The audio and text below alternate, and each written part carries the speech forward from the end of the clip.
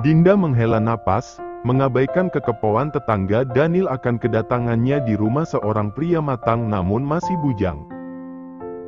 Bujang lapuk atau bujang tua, tapi bagi Dinda tetap bujang impian. Mengetuk pintu kayu di depannya, Dinda menunggu hingga 2 menit lamanya namun tetap saja tidak dibukakan pintu. Akhirnya, dengan keberanian penuh dia membuka pintu yang ternyata tidak terkunci. Lagi dan lagi helaan napas terdengar keluar dari mulutnya. "Assalamualaikum, Mas Daniel," panggilnya. Tidak ada sahutan, Dinda melangkah ke jendela yang tirainya belum terbuka. Meski tidak pernah begitu memerhatikan letak ini itu di rumah ini, tapi dulu Dinda sering bermain ke sini saat Hasya masih menjadi gadis, bukan menjadi istri orang seperti sekarang. Pintunya Dinda biarkan terbuka lebar agar tetangga tidak mengira mereka macam-macam di sini. Setelah membuka tirai, Dinda menyiapkan sarapan yang dia bawa dari rumah. Selama 2 hari ini, Dinda begitu rajin datang ke rumah sahabatnya yang sekaligus nanti akan menjadi iparnya. Menyapu, Dinda membersihkan rumah ini selayaknya membersihkan rumah sendiri. "Kamu datang." Dinda tersenyum, dia dengan cepat menyuruh Daniel yang baru bangun tidur untuk duduk dan sarapan bersamanya.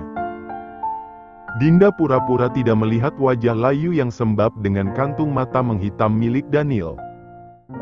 "Dinda bawa sarapan dari rumah, ini sehat."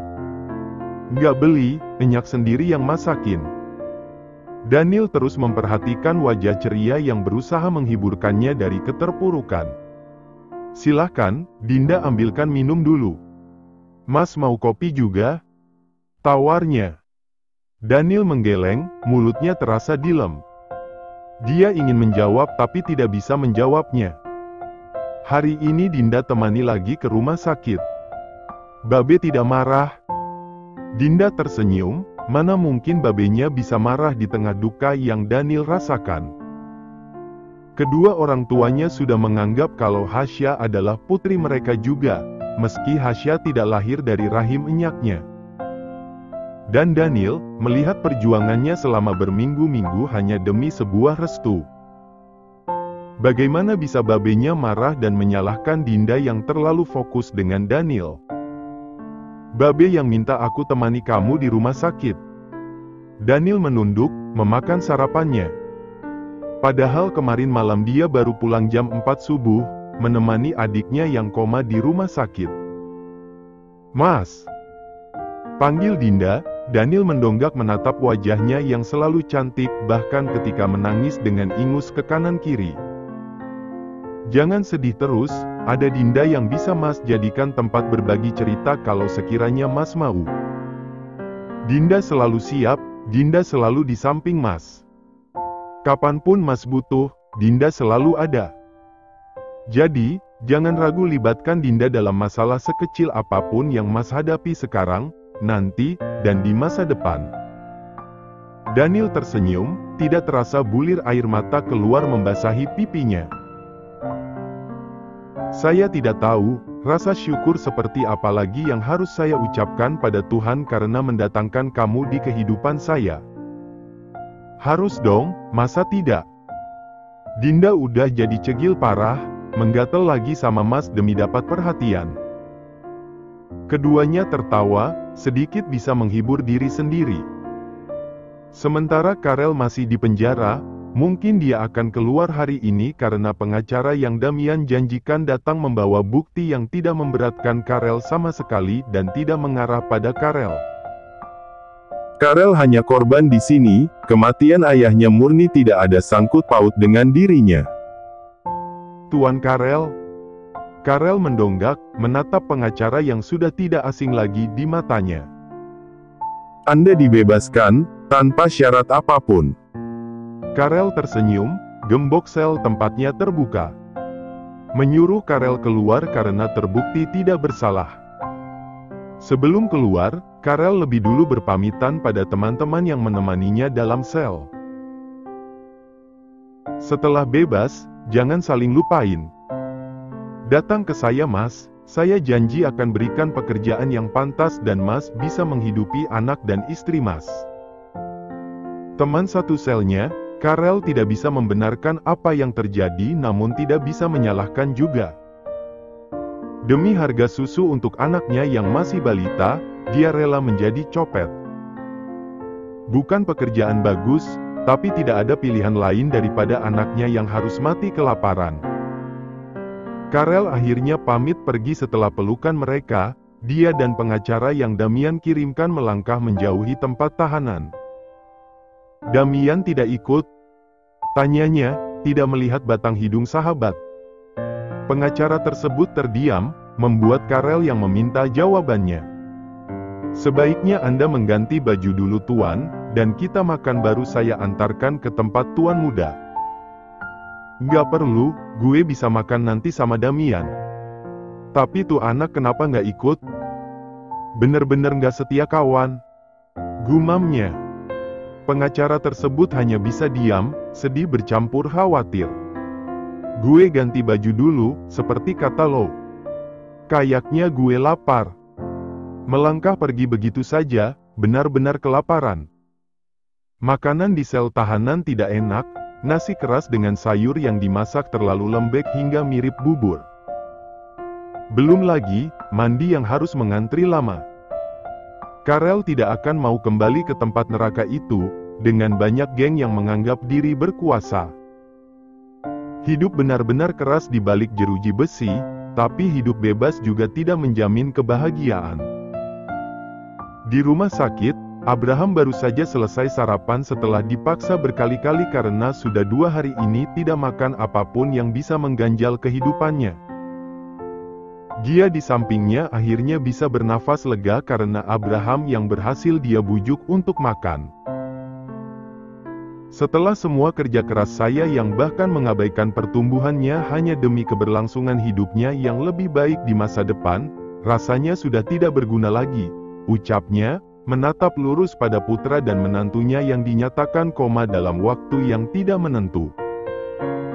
Uang, properti, berlian, emas dan semua yang saya miliki sekarang tidak berarti rasanya. Semua harta itu, seperti debu yang tidak menarik bagi saya lagi. Gia terdiam, dia mendekat ke arah suaminya. Mengelus tangan Abraham lembut, dan menyandarkan kepalanya di dada bidang sang suami. Mas, kita harus ingat. Kita punya rencana tapi pencipta punya aturannya. Abraham mengusap air mata yang dengan lancangnya kembali mengalir di kedua pipinya. Bagaimana bisa saya hidup Gia, jika keduanya memilih meninggalkan saya? Gia terdiam, dia pun sama. Bagaimana mereka melanjutkan hidup? Hasya anak yang kuat, dia tumbuh di lingkungan keras. Dia berjiwa baik, dia pasti akan selamat bersama anaknya. Dan Damian, saya menyaksikan sendiri perjuangannya untuk semangat kembali menjalani hidup. Saya yakin, Damian bisa Mas. Dia pasti bisa melakukan segala cara untuk bertahan hidup. Abraham menatap kosong ke depan, dia berharap sama. Dia ingin putranya hidup begitupun dengan menantu dan cucunya. Apa kita pindahkan ke rumah sakit di Aussie? Pengobatan di sana jauh lebih baik daripada di sini. Kita lakukan jika memang pengobatan di sini tidak berhasil. Mereka akan selalu menunggu kedua netra itu terbuka dengan bibirnya yang memanggil nama. Bukan hanya Abraham dan Gia, tapi banyak. Daniel, Dinda, Manuel, dan semua orang-orang terdekat mereka. Hanya saja, Abraham sedang sakit kepala karena bingung harus mengerjakan yang mana. Manuel yang drop karena berita kecelakaan cucu kesayangannya, perusahaan yang tengah ricuh karena pemimpinnya yang berduka, dan pelaku yang sampai sekarang belum ditemukan setelah insiden itu. Abraham benar-benar dihantam oleh tanggung jawab besarnya. Semua badai akan berlalu Mas, yakin. Sedikit tenang, usapan lembut dengan kata-kata penuh penyemangatnya. Abraham yakin, badai ini akan berlalu dan menghadirkan pelangi yang indah yang membuat mereka melupakan sekeras apa badai yang menerjang mereka sekarang. Sementara itu Karel duduk sendirian, di lorong sepi yang bahkan suster saja tidak lewat. Menatap kosong pada sepatu yang dikenakannya, dan juga beban pikiran yang menumpuk. Siapa? Tujuannya apa? Untuk apa? Dendam? Pertanyaan itu berputar bagai jam di pikirannya.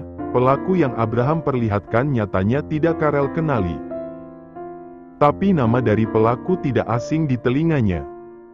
Membuka handphone, Karel menatap lagi pelaku yang tidak takut dengan hukum negara. Kemana perginya setelah melakukan tindakan keji yang menyebabkan 3 nyawa berada di ambang hidup dan mati? Darren, gumamnya. Abraham menjelaskan kejadian sebelum kecelakaan ini terjadi, kejadian yang tidak Karel tahu selama di penjara. Semua yang berawal dari Sarah, mantan istri Abraham dan mantan simpanan Manuel. Wanita haus perhatian, haus kekuasaan itu yang membuat semua ini terjadi.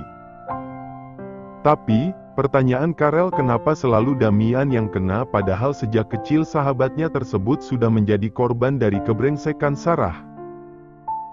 Menghadirkan trauma pada kecil dengan mengajaknya berhubungan badan, menghukumnya tidak pantas dan tidak adil hanya karena lahir dari rahim pembantunya. Hanya karena salah mandul dan menyalahkan kehadiran Damian yang tidak tahu apa-apa. Seharusnya wanita gila itu menyalahkan Manuel yang memaksanya aborsi di usia masih terbilang sangat muda. Masalah harta selalu membawa perpecahan. Gumamnya. Apa? Mungkin Sarah seperti ini karena dendam Manuel memberikan harta yang begitu sedikit padanya? Kalau iya, maka wanita itu memang stres. Berdiri dari duduknya yang sudah memakan waktu 1 jam sejak pengacara tersebut mengantarnya ke sini, Karel tidak menangis atau mengamuk.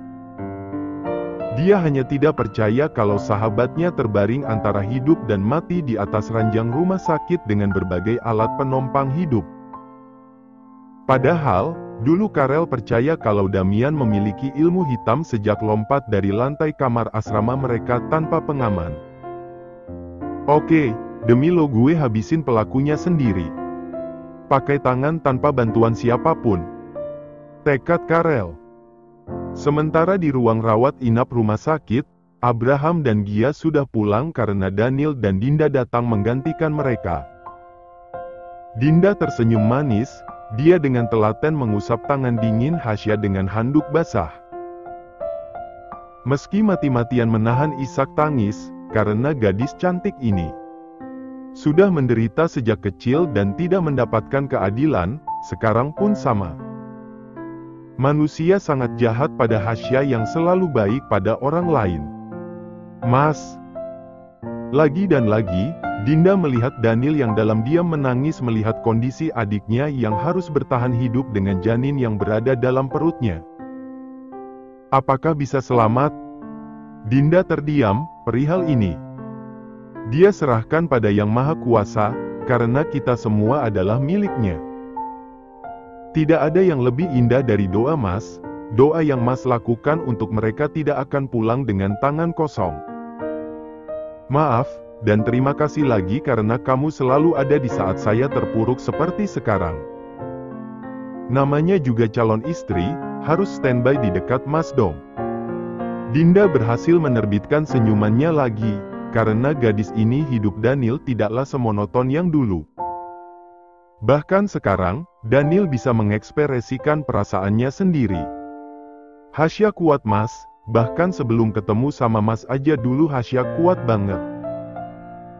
Dinda aja nggak ngangka kalau gadis kecil dengan tutur kata lembut ini memiliki kehidupan yang di luar ekspektasi orang. Mengenalnya sejak duduk di bangku kelas 1 SMA, Dinda tahu seperti apa perjuangan Hasya yang belajar keras agar beasiswanya tidak dicabut. Rela mengerjakan tugas teman dengan imbalan uang agar bisa makan hari esok, lalu bekerja serabutan agar bisa makan juga. Kadangkala, Dinda sengaja membawa bekal dari rumah meski dia tidak mau karena yang jajannya sudah sangat cukup. Tapi ada sahabatnya yang mungkin saja tidak makan sejak malam karena tidak memiliki uang, membuat Dinda selalu membawa makanan ke sekolah jika lauk di rumahnya enak. Dulu saja, Dinda menangis saat masih kelas 1 SMA karena Hasya bilang ternyata ayam goreng enak banget tanpa rebutan dan bisa makan paha ayamnya utuh sendirian. Bukan hanya Dinda yang merasakannya, tapi Enyak dan babenya juga. Dinda menceritakan semuanya, membuat Enyak dan babenya prihatin dan selalu menyuruh Hasya untuk tinggal di rumah mereka bukan mengontrak dengan kondisi kontrakan yang benar-benar tidak layak huni. Meski pemilik kontrakannya begitu baik, tapi kontrakan yang Hasya sewa jauh dari kata nyaman. Bau sampah, suara anjing setiap malam, kekurangan air dan kejahatan di mana-mana. Yakin sama Dinda Mas, Hasya lebih kuat dari Mas lihat. Daniel mengangguk, semoga. Dia selalu berdoa agar adiknya membuka mata dengan senyuman khasnya yang begitu Daniel rindukan. Di titik seperti ini, Daniel sedikit menyesal karena tidak meluangkan waktu banyak untuk mereka habiskan bersama. Maafin Mas, cepat bangun adik sayang. Pesan menyentuh yang membuat Dinda terenyuh, melihat betapa sayangnya Daniel pada Hasya mengingatkannya juga pada adiknya di rumah yang selalu Dinda omelin karena nakal. Di tempat lain, Manuel memang sakit, tapi dia yang sakit bukan uangnya. Meski tidak kuat berjalan dan mencari sendiri pelaku yang membuat cucunya koma, tapi uangnya bisa.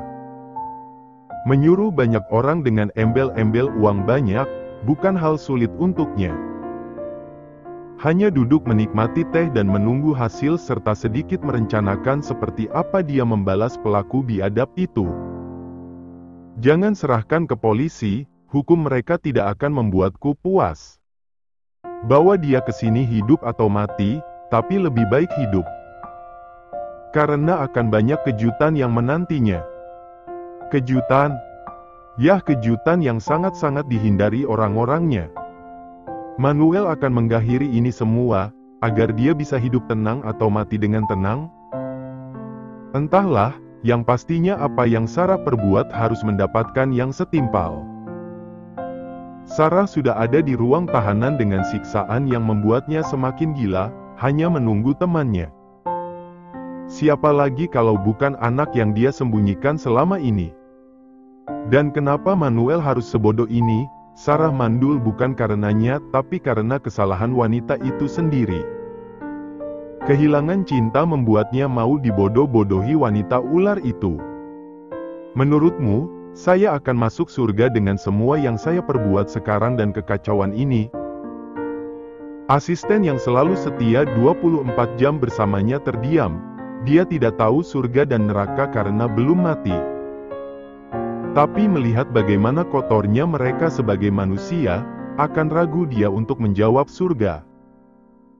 Benar, saya mungkin tidak akan masuk surga. Neraka akan menjadi tempat kekal untuk saya. Masalah surga dan neraka hanya diketahui oleh Tuhan. Kamu mendadak mengingat Tuhan sekarang. Asistennya terdiam, sudah tua, banyak tanya. Giliran dijawab sesuai fakta malah tidak terima. Memang tak asteris i. Bagaimana perkembangan cucu saya? Tidak ada Tuan. Tuan Abraham sudah berdiskusi dengan dokter untuk memindahkan Tuan Muda dan Nona Hasya ke rumah sakit di sini. Tapi dokter itu menolak dengan alasan kesehatan. Jadi menurutnya, lebih baik melihat cucuku diam di sana dan terbujur kaku. Bentak Abraham. Dia sudah mencari dokter terbaik, rumah sakit terbaik dengan fasilitas yang canggih. Hanya mentransfer pasien ke Aussie saja dipersusah. Bagaimanapun caranya, surat transfer kedua cucu saya harus ada dan pindahkan mereka ke sini. Di sini peralatan dokter lebih maju dan canggih. Asistennya hanya bisa menghela napas dalam-dalam dengan segala perintah yang menumpuk tanpa jeda. Tua-tua tapi banyak mau, untung gajinya juga banyak sehingga bertahan untuk melayaninya dan juga berhutang nyawa. Harus tahan mental dan batin, setiap hari bekerja tanpa istirahat yang cukup. Selain masalah pribadi yang harus dia urus, masalah perusahaan pun sama karena tuannya ini malas mengurus para investor yang terlalu cerewet. Jadilah dia yang sebagai tameng membantu sekretaris di perusahaan Manuel untuk menghandle semua pekerjaan tuannya ini. Dunia memang indah bagi mereka yang beruang.